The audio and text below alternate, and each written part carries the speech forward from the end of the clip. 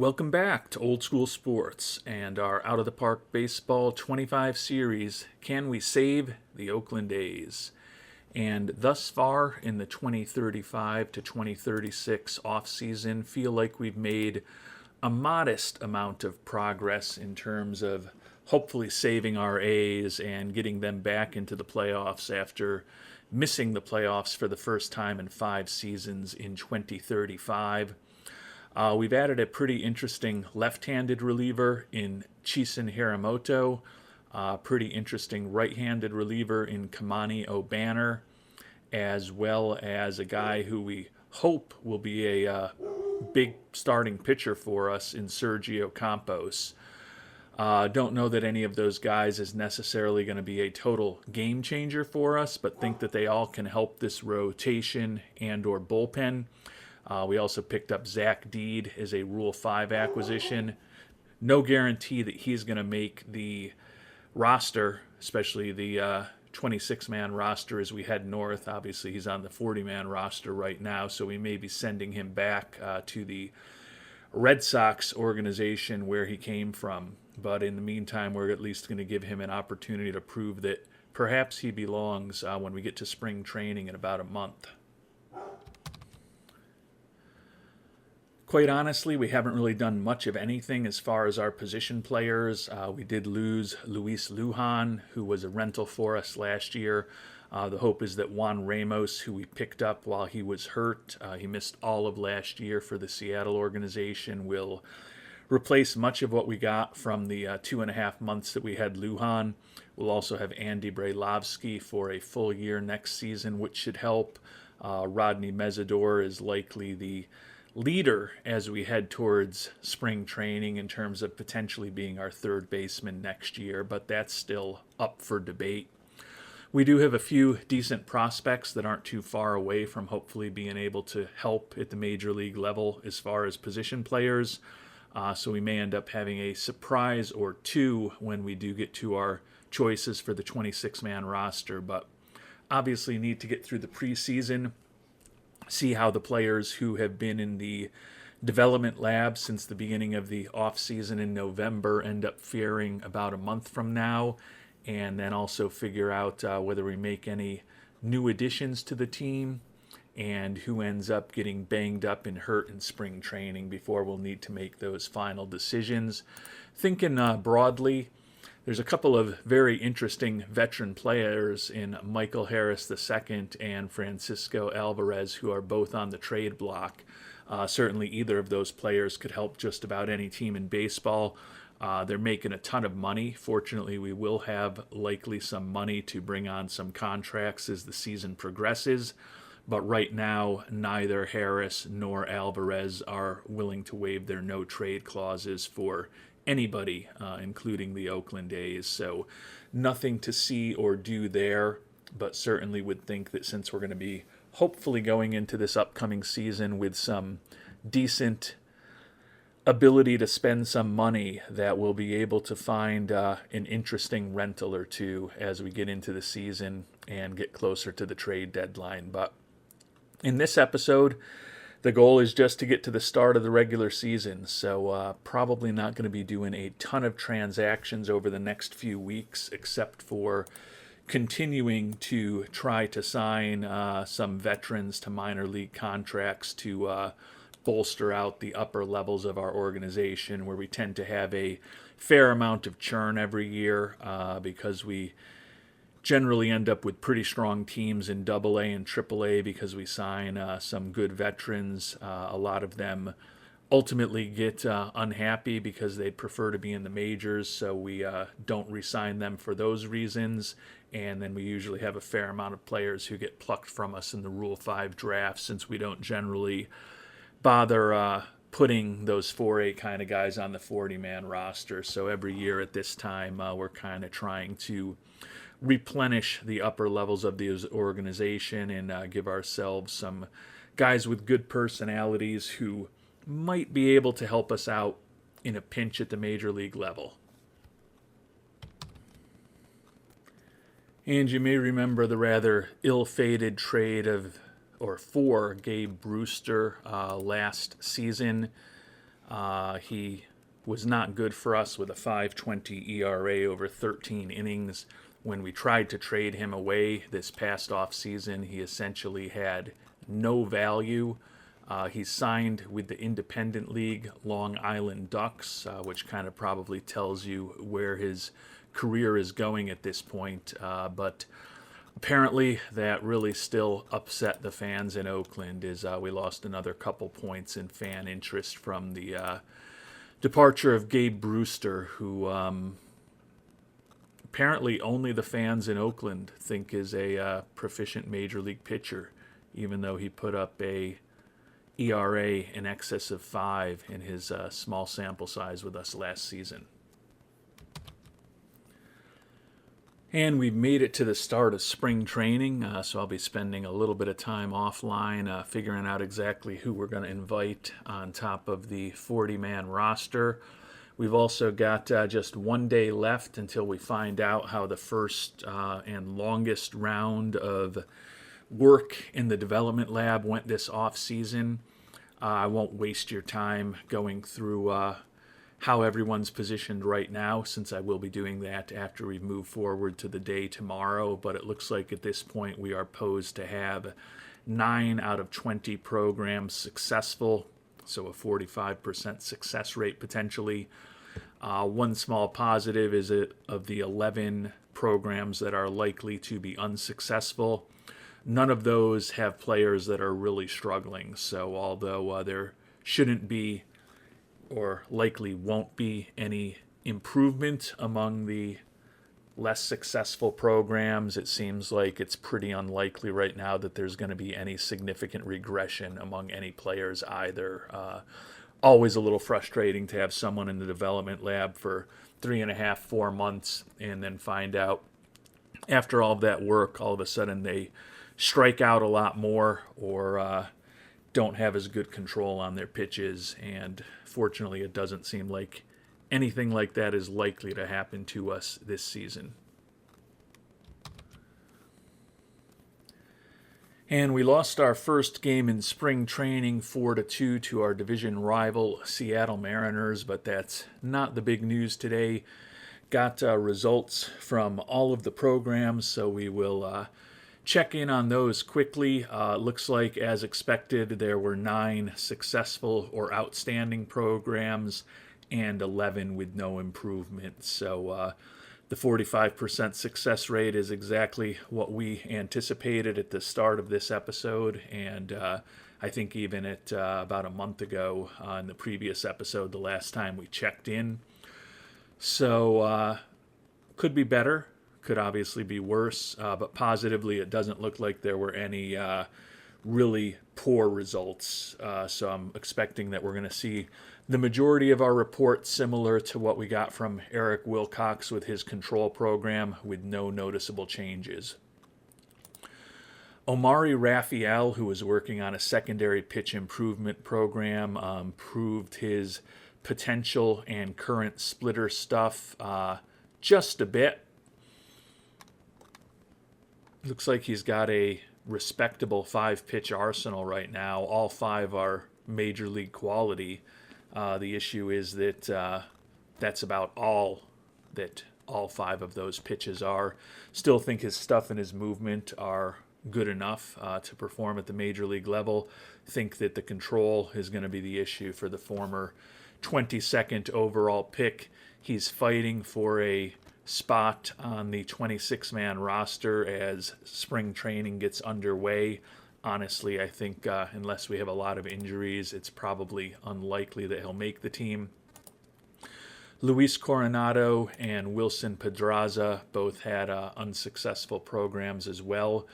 Greg Moreno, a guy that we picked, I believe, in the 3rd round of the draft, a few years ago, had outstanding results. His potential and his current eye both improved by 5 points. Clearly, the 20-year-old has a long way to go till he's going to be major league ready, but certainly love seeing a younger player have a successful program. Jesus Saldana, no improvement there. Chuck Huntley, improved control program, current control improved by 5. potential control improved a little bit less than that. You may remember Huntley. He's the 6th round pick who was a minor league all-star last year, played in the minor league all-star game after he got off to that brilliant start in A-ball. And honestly, he's looking like someone who could be a interesting reliever for us at the major league level. So I'm going to continue to hope that the 21-year-old continues to get better. Joe Harmon, another youngster with a successful program, his current I rating improved a bit. Another 21-year-old who good to see have some positive results in the development lab. Shiloh Solis, successful in his quality of contact program. Current BABIP improved by 5. So this is a guy who's rated as one of the better prospects in our system. He's 22, soon to be 23 years old, and he hasn't made it above high A ball. We did structure the trade where we brought on Mr. Campos this offseason to ensure that we didn't have to get rid of Solis. We spent a 10th pick in the draft on him. We've invested in the development lab with him in previous seasons as well as this season. Like his personality, like his decent range and error rating in the infield, still question what exactly that bat is going to become, but not quite ready to write him off yet. Importantly, potential guy who could be making his major league debut for us coming out of spring training, Doug Weiss, with an outstanding result in secondary pitch improvement potential and current slider ratings both improved by 5.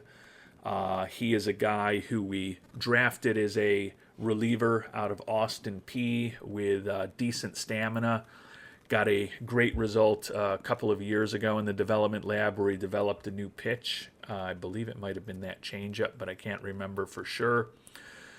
His movement and his control, we think, are already better than average for the majors. His stuff is not exceptional, but at 24 years old, it's very conceivable that after going 6-2 last year in AAA, even though the 4.75 ERA was not particularly impressive, that we still give him a shot on the major league roster coming out of spring training, but no guarantees there.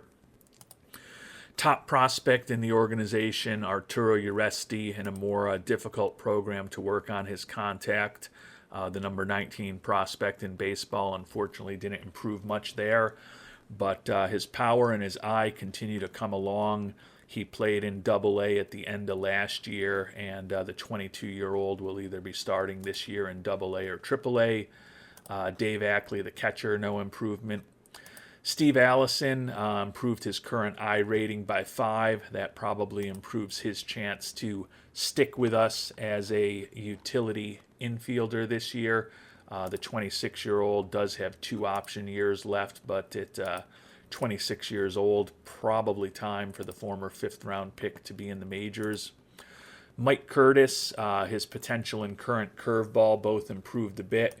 You may remember he's a pitcher we traded for last offseason who had a unimpressive first season in Oakland. We look at his ratings, we look at his personality, and there's a lot to like about him, but we didn't really get the results at the major league level last year. Hopefully improving his curveball a bit will help. No improvement for Rodney Mesidor. No improvement for Jake Ortega. Disappointingly, no improvement for Kevin Patterson in his secondary pitch improvement. Guy we signed to an extension this offseason. There certainly was an opportunity for improvement in some of his off pitches, and for a good part of the offseason, it looked like that program was going to be successful, but when all was said and done, no improvement for him. No improvement on plate discipline for Alejandro Landin. Bobby Garland improved his control by less than 5. When we look at it, it's still 40 out of 40, so presumably he's maxed out at a 41 or a 42 right now. He did pretty good for us last year in his major league debut. We do expect that the walks are always going to be a potential issue for the young lefty who was a 4th-round pick of ours in 2029. But like many of the pitchers we've talked about, he's going to be competing for a spot on the 26-man roster over the next month or so. And actually, my math was wrong. We had 10 unsuccessful programs and 9 successful programs, so we've got a chance to get up to 50%. I had forgot that Kamani Gigolo O'Banner, who we picked up on the first day of the offseason and decided to put in the lab after we picked him up, was in a program that's not going to be over to tomorrow, and he's excelling in his secondary pitch improvement. So could put us up to a 50% success rate. And of the 10 successful programs we had this year, potentially 4 of them will have had outstanding results. And we did end up getting that outstanding result from Kamani O'Banner. His current and potential changeup rating both improved by 5. We've envisioned him as a reliever when we picked him up, but he was a guy and is a guy who does have potential to be a starter when we set his position to starting pitcher.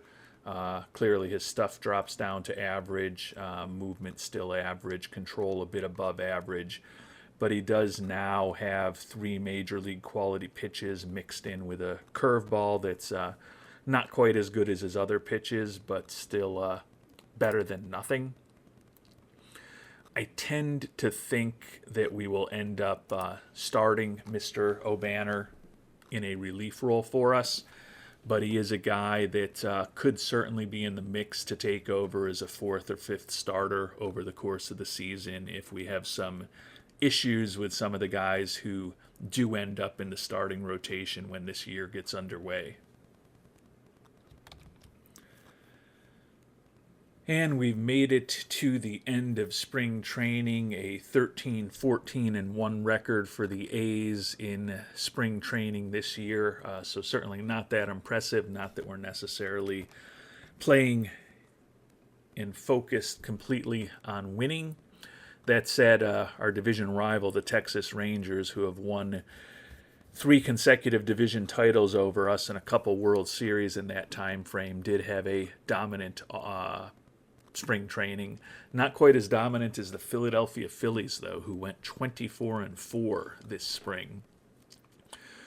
Positively, we are in a situation where we've got no one who's really all that banged up coming out of spring training, so injuries are not really going to cause us too much consternation as we make our roster decisions.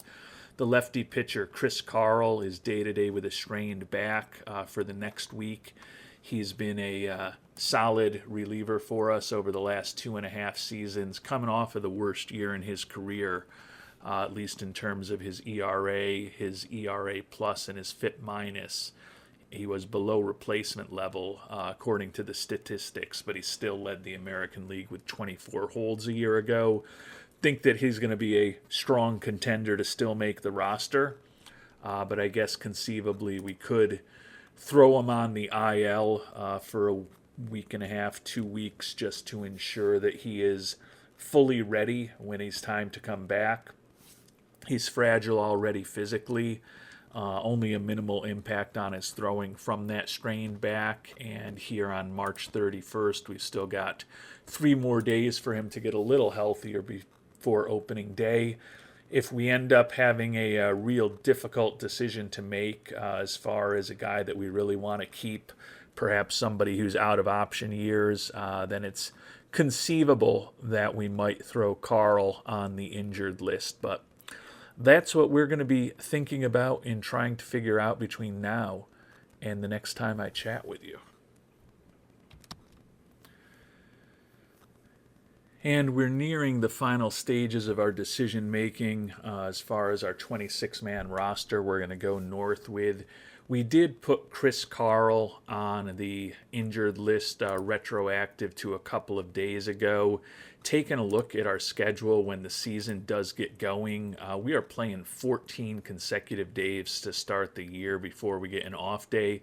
Kind of an odd schedule for the early stages of the season when typically there's some off days put in.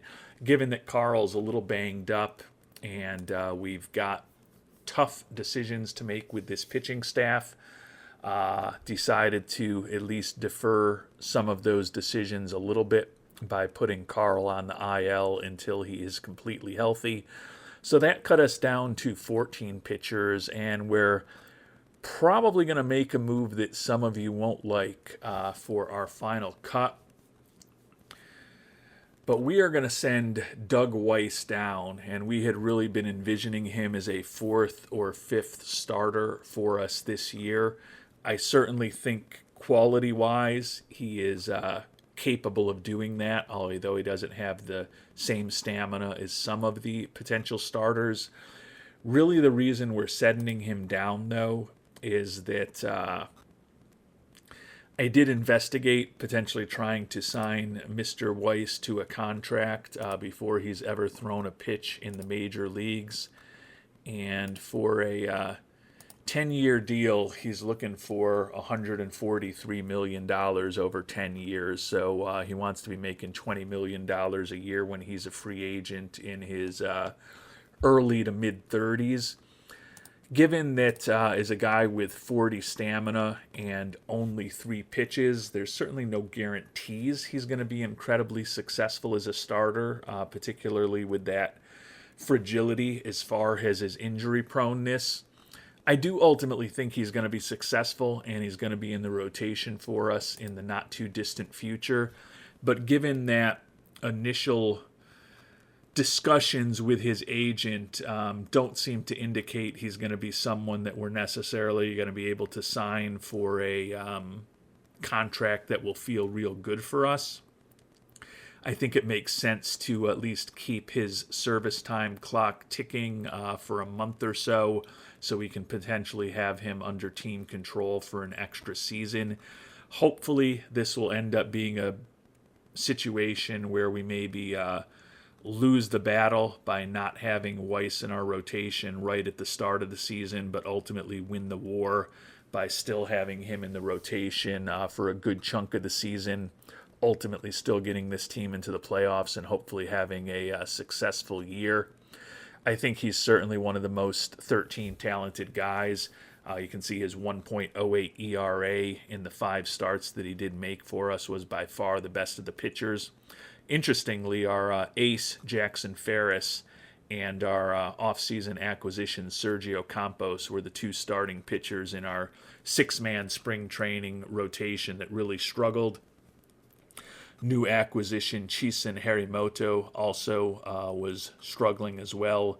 Levi Sterling, not great, and our potential closer, Jeremy Scholl, did not have a great spring either, but pretty small sample size for all 3 of those guys, including R.J. Cope. I guess it makes it 4 guys in terms of the number of innings that they actually pitched in spring training. But we want to give Zach Deed, the Rule 5 pick from the Red Sox organization, a chance. That also factors into sending Weiss down. As I said, it's a confluence of factors. The fact that it doesn't look like we're going to be able to sign him to a bargain basement contract, which means that he may only be ours for the 6-ish to 7-ish years before his arbitration seasons are over. I think our goal is to stretch that, if at all possible, to 6.5 major league seasons, and by potentially delaying his joining the team this year, hopefully that'll ensure that we have him under team control into his 30s, and maybe his price will come down at some point if he has some struggles. Maybe he'll ultimately prove to be a reliever more than a starter, in which case we'll be glad that we didn't sign him to a $143 million deal. So don't expect that to be the most popular move with some viewers. I do expect, as I said, that we'll be seeing Weiss at the major league level in the not too distant future, because I do think he would be one of our 5 best starters when all is said and done. But for the time being, we're going to play the service time game with Mr. Weiss, since I don't think we're going to be able to sign him to a long-term deal. And we've kindly made our decisions on the initial roles for the pitching staff this year. Jackson Ferris, Jason DeCaro, Kevin Patterson, and Sergio Campos are going to be our top 4 starters. Don't think there's any surprises there. The big surprise may be that we're going to give the Rule 5 acquisition Zach Deed an opportunity to be our number 5 starter. Really impressed with his stuff. The fastball and the splitter are both excellent, and the changeup is above average. I think he's going to give up too many home runs and likely walk too many batters for him to be a big part of our future, but given the very impressive 3-pitch arsenal he has, his durability, solid stamina, solid ability to hold on runners, throws in the high 90s, I want to at least get a decent look at him before we decide to send him back to the Red Sox organization. And I think the best way to ensure that we get a sense of what he can do is to throw him out there pitching every 5th day for us and see if we need to rush Mr. Weiss back to the majors, because Deed is such a disaster. I don't think he'll be a disaster, but he may not be as good as Weiss would have been. Honestly, he may not be as good as some other guys that we considered for the 5th starter would be. Kamani O'Banner, Bobby Garland, and at this point, a guy who's been a starter for us most of the past several seasons, Jamie DeVore, all got some consideration, and all could certainly swap into that spot in the not-too-distant future. For the time being, Jeremy Scholl was an all-star and the Mariano Rivera Award winner 2 years ago in 2034, going to get the opportunity to be our closer. Curtis, O'Banner, and Garland as setup men. DeVore and Cope, middle relievers. Levi Sterling, who we once had big hopes for as either a starter or a setup man, is now a long reliever for us. And Chisen Harimoto, the lefty specialist we picked up as a free agent, is going to be our lefty specialist and also another long reliever for us. Going to have some decisions to make. Carl hopefully will be healthy in a little less than 2 weeks and ready to come off the IL. And we've also got Weiss waiting in the wings as well. So if we don't have any injuries to the pitching staff, we will be making some more moves in the coming weeks once the season does get started.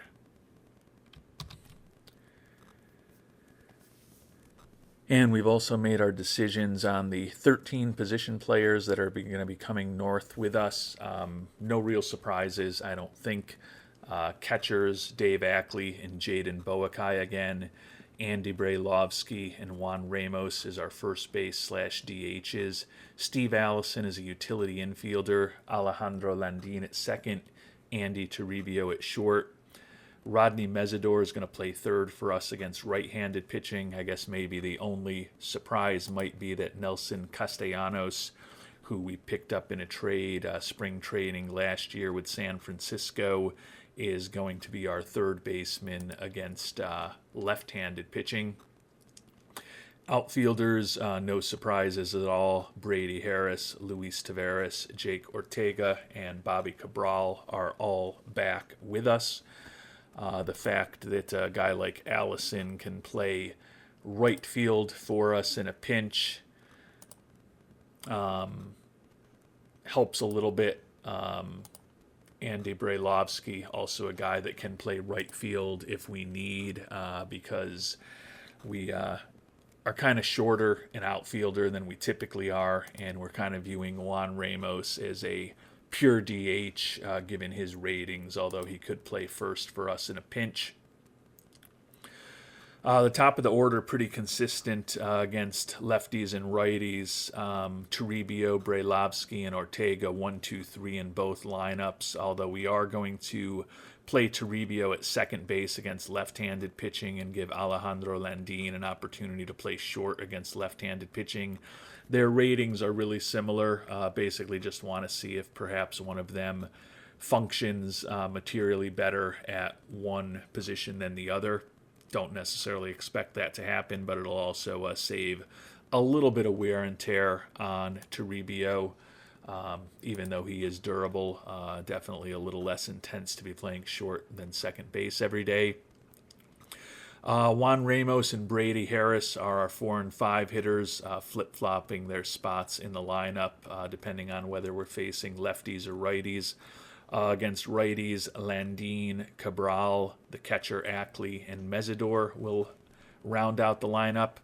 Against lefties, Taveras will be platooning in right field, Ackley at catcher, Landin, as we talked about, in short, and Castellanos, as we talked about, will play third base against left-handed pitchers for our Oakland A's this season.